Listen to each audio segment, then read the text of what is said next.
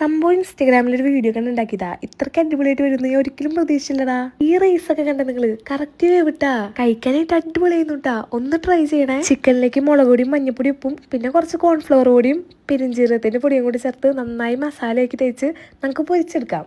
ഞാൻ കുറച്ച് ഭംഗിക്ക് കുറച്ച് ഫുഡ് കളറും കൂടി ചേർത്തിട്ടുണ്ട് കേട്ടാ. ഇനി നമുക്കൊരു കുക്കർ വെച്ച് ആ പൊരിച്ച എണ്ണയിലേക്ക് നമുക്ക് സവാളയൊക്കെ നന്നായി വഴറ്റിയെടുക്കാം.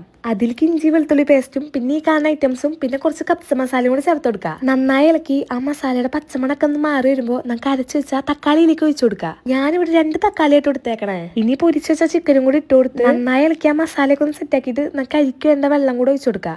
1 കപ്പ് അരിക്ക് 1.5 കപ്പ് വെള്ളാട്ടം എടുത്തേണേ. പിന്നെ അരിയാണെങ്കിൽ 30 മിനിറ്റ് മുമ്പ് വെള്ളത്തിൽ കുതിർത്തി വെച്ചിട്ടുണ്ടായിരുന്നു. കുക്കറിന് ഒറ്റ വിസിൽ കേട്ടാൽ മതി. അതിനുശേഷം നമുക്ക് എയറൊക്കെ പോയതിനു ശേഷം നമുക്ക് കുക്കർ തുറക്കാം. പോയിക്കില്ലേ നമ്മുടെ സംഭവം സെറ്റ് ആയിട്ടുണ്ടാവും കേട്ടോ. നല്ല ടേസ്റ്റ് ആട്ടോ ഇതിന്. അപ്പൊ ട്രൈ ചെയ്യാത്തവരെ എന്തായാലും ട്രൈ ചെയ്യാം. പിന്നെ ഇതുപോലത്തെ വീഡിയോസ് നമ്മൾ സബ്സ്ക്രൈബ് ചെയ്യാൻ മറക്കണ്ട കേട്ടോ.